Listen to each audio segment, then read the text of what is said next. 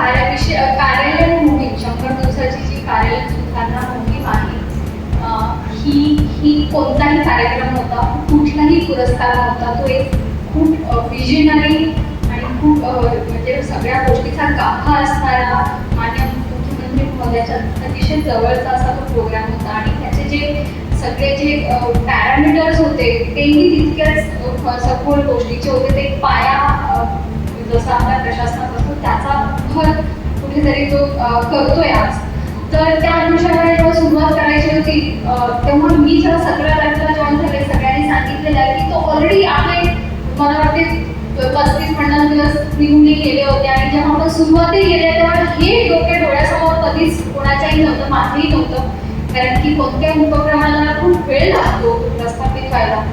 आणि आपण फक्त काम करत गेलो. मग जेव्हा इंटरनल प्रेझेंटेशन झालं, जेव्हा कलेक्टर सरांना कोकण कमिशनर सरांकडे प्रेझेंटेशन झालं, तेव्हा असं जाणवलं आपण काही दाखवायला आहे की नाही आपल्याकडे. पण आढावा होत होता, काम करत राहत होतो आणि एक एक गोष्ट मग ती साकार मूर्ती स्वरूप त्याला यायला लागलं.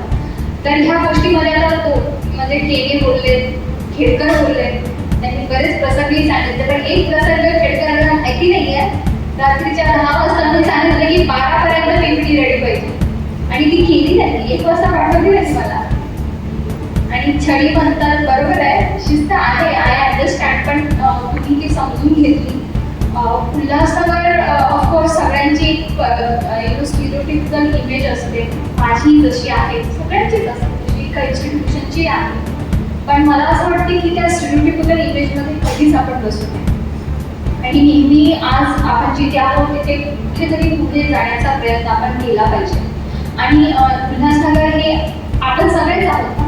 म्हणजे आपण सगळे, आपल्या सगळ्यांनाच कोणीतरी म्हणत आहे की अरे हे अच्छा नाही आहे, हे चांगलं नाही आहे, तिथे जाऊ नका, असं करू नका. आणि हे कुठे, आणि इथेही जिथे जाती माणसं आहेत त्या माणसांना खूप गरजू गोष्टी आहेत. कुठेतरी मार्जिनलाइज्ड वर्किंग पॉप्युलेशन आहे, सामान्य उद्योग करणारे लोक इथे आहेत. तशा सेवा, तशा प्रशासनाच्या वतीनं पोहोचणं किती गरजेचं आहे हे आपण समजून घेतलं पाहिजे. महाराष्ट्रात मला सेवा करण्याची संधी मिळते आहे आणि ती एका कुटुंबातून मी येते. तिथून एक जो माझाही प्रवास घडलेला आहे की रिक्षासाठी पैसे नसायचे, चालत चालत जायचो. तर मग तेव्हा कळायचे की पेडेस्ट्रियन फ्रेंडली रोड्स किती महत्त्वाचे असतात, महिलांसाठी सुरक्षा किती महत्त्वाची असते. म्हणजे रिक्षावाला उद्धटपणे वागला तर त्या व्यक्तीवरती काय परिणाम होते हेही आपल्याला कळतं. किंवा 1-1 तास जर आपल्याला बससाठी थांबावं लागतं तर किती वेळ वाया जातो, ह्या छोट्या छोट्या गोष्टी आपल्याला त्यावेळेस कळतात. आणि आज आपण अशा ठिकाणी बसलेलो आहे की जिथे आपल्याला काहीतरी लोकांच्या, सामान्य लोकांच्या जीवनातली बदल करण्याची संधी मिळते. ती संधी आपण कधीच वाया जाऊ नये गेली पाहिजे. आणि मला असं वाटतं की आता तर काहीही शक्य आहे हे आपण सांगू शकतो, अगदी अभिमानाने सांगू शकतो. आणि अशा वेळेस जेव्हा आपल्याला माहितीही नव्हतं की असं होऊ शकतं इतक्या कमी काळात, तर ही जी मेहनत आहे, मी त्यावेळेस बोलता सगळ्यांना नेहमीच सांगितलंय की ही माझी कितपत असू शकते माहिती नाही, पण माझ्यापेक्षा कितीतरी पटीनं तुमची आहे. आणि प्रेझेंटेशनच्या वेळेस मी नव्हती, ते QCIची टीम आली तेव्हा नव्हती. ते तुम्ही करू शकला, तितक्या आत्मविश्वासाने करू शकला, कारण की तुम्ही त्याच्यामध्ये जी होतं काम केलं होतं. म्हणजे डीप क्लिनिंग असू दे, आपले जे AI बेस्ड आणि खरात साहेबांनी जे केलेलं आहे स्वतःहून, म्हणजे अतिशय उत्कृष्ट अशी कामगिरी. सासे आय रिमेंबर मी पाहायला गेली होती 15 ते 1 महिना पण नसेल झाला मला. आणि मी भांडार त्याच्याकडे गेली, भांडारमध्ये गेली, मग विलेजमध्ये गेली. आणि तेव्हा मला वाटलं की होऊच शकत नाही. आणि मग मीटिंग झाल्या, त्याच्यामध्ये बोलणी झाली कशा पद्धतीनं करायचं, पण त्या व्यक्तीने करून दाखवलं. I am very proud of him, right. आणि all of us should be immensely proud of ourselves. पण काय होतं ना, एखादी गोष्ट जर चालना दिली आणि मग ती थांबली की ती चांगली दिसत. आपण ही गोष्ट, ही सगळे जे मोहीम राबवल्या, ह्या सगळ्या ज्या गोष्टी केल्या त्या कधीच आपण पारितोषिक मिळवण्यासाठी म्हणून नाही केल्या, हे आपण आधी समजलं पाहिजे. आणि उल्हासनगरचं नाव उल्हास म्हणून उदासीनता नाही आहे ना, उल्हासच आहे. तर तिथे त्या पद्धतीची इमेज आपण घडवली पाहिजे. आणि मी गेल्यावरती पण कोणी अशाच पद्धतीचं इच्छुक व्यक्ती इथे येण्यासाठी कोणी म्हणून नाही तिथे का जा, असं कुठेतरी एक लेगसी आपण सगळ्यांनी तयार केली पाहिजे. ते आपल्या हातात आहे. आपण ज्या समाजात राहतो त्या समाजामध्ये तुम्हाला जर वाटत असेल तुम्हाला की आपण मी खूप चांगली आहे, माझ्याकडे खूप चांगली नोकरी आहे, चांगला पगार मिळतो, माझी मुलं चांगले शाळेत जातात आणि that is all that is there. नाही, तसं नसतं. समाजाच्या प्रत्येक घटक महत्त्वाचा असतो आणि त्या घटकाचा दुसऱ्या घटकाशी खूप जवळचा संबंध असतो.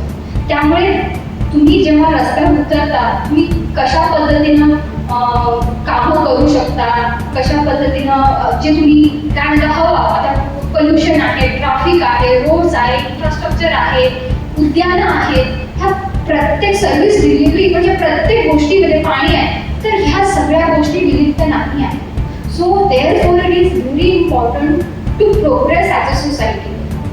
So please understand this. म्हणजे माझे कर्मचारी म्हणून तुम्ही माझ्यासोबत आहात, तर ती कळकळ, ती जाणीव तुमच्यामध्ये तुम्ही कुठेतरी लोक पाहू शकता आणि ती फार महत्त्वाची आहे. तुम्हाला जर वाटतं की आपण खूप पुढे गेलं, तसं नसतं. सगळ्यांना पुढे घेऊन जायचं आहे आपल्याला. आणि 150 दिवसाचं तर तुम्ही अनाऊन्स केलेलंच आहे. मी जोपर्यंत आहे तोपर्यंत ते माझं काम अतिशय सोपपणे करणार आहे. मागे पुढे असे दिवस येऊ शकतात की काय आपण काय करतोय का नाही हे आपल्यालाच प्रश्नचिन्ह निर्माण होते की आपण करतोय. पण सातत्याने जेव्हा आपण करत राहिलो ना आपलं डे टू डे काम, तर ते होऊ शकतात. फॉर एक्झाम्पल ई ऑफिस तुम्ही बोललात, ई ऑफिस हे मोठ्या मोठ्या महानगरपालिकेमध्ये पण नाही, कारण त्याच नाही आहे. पण इथे कसं होऊ शकतं?